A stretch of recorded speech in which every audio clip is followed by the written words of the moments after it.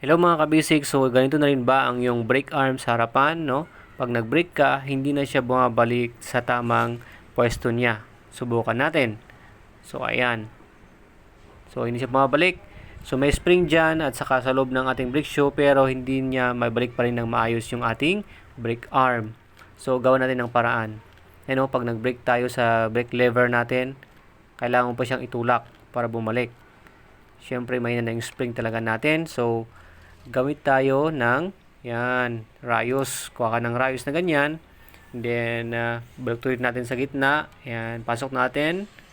Yan, sa may butas. Alright.